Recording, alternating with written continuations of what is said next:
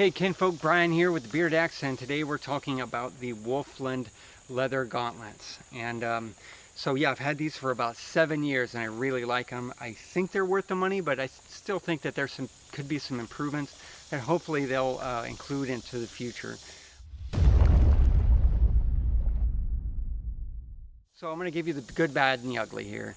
The good is that they are very flexible. They definitely help with wrist movement and hand movement when you're swinging a weapon. It really goes a long way to being really nice and great in the hands. They're really, really nice. And I've punch blocked, not intentionally, but it happens. A very strong two-handed weapon right onto the knuckles in the back of the hand, and my hands are just fine. And quite frankly, they do their job. They really do. Here's the bad part about this. The bad part is that they come in just a natural color. They don't just paint them for you. You have to do it yourself. So you have to remove any kind of acrylic sealer and then stain them and reseal them and do all that stuff. And there's a few others. There was a back plate back here that restricted my wrist movement, so I cut that off. Also, the buckle to keep this on really didn't do much to keep it on. I just more restricted more movement, so I just got rid of that. And because quite frankly, when you're holding on to something with this, the glove's not coming off. At best, it was useful for when you wanted to clip it to your belt and not have these in your hand all the time. And really, that's a pretty minor kind of adjustment. Here's the ugly part about it. When I first got these, there was like a strip of suede on here for the fingers and the thumb and the palm. And within 10 minutes, it came right off. And I wasn't really happy with that. So I reached out to Wulflund, and they actually were very responsive to it, and they were sympathetic.